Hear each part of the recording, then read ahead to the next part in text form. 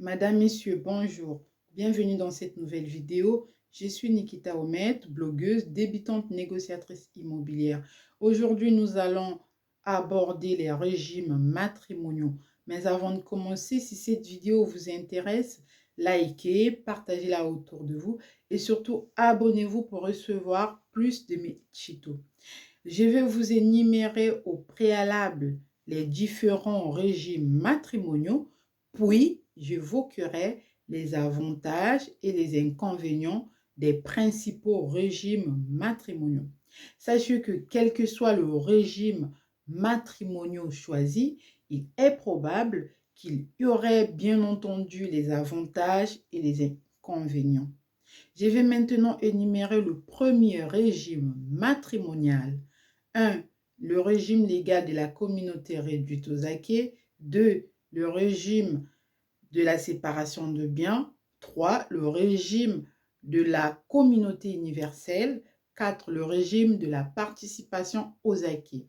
Avec le régime légal de la communauté réduite aux acquis, tout ce que vous possédez avant le mariage reste votre propriété personnelle, ainsi que les biens reçus, le bien reçu par donation ou succession pendant le mariage.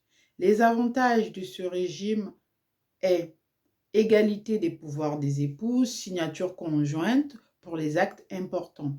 L'inconvénient est difficulté liée au partage des biens communs en cas de conflit. Avec le régime de la séparation de biens, tous les revenus ou tous les biens, qu'ils soient acquis ou reçus avant ou pendant le mariage, restent des biens personnels. Chacun est pleinement propriétaire de ses biens et donc il administre comme il veut.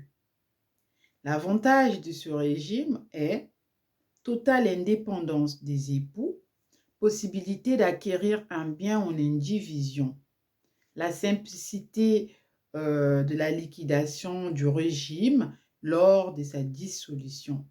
L'inconvénient est que si la femme n'a aucun revenu ou aucune fortune, elle n'aura rien au moment de la dissolution du régime matrimonial. Avec le régime de la communauté universelle, selon l'article 1526 du Code civil, les époux mettent tout ou partie de leurs biens, ce dont ils sont propriétaires personnellement, ainsi que le bien reçu par donation ou succession. L'avantage de ce régime est le conjoint survivant aura la possibilité de disposer seul de ses biens. L'inconvénient est le droit réservataire des enfants du mariage sacrifié. Avec le régime de la participation aux acquis, ce régime fonctionne comme le régime de la séparation de biens pendant le mariage.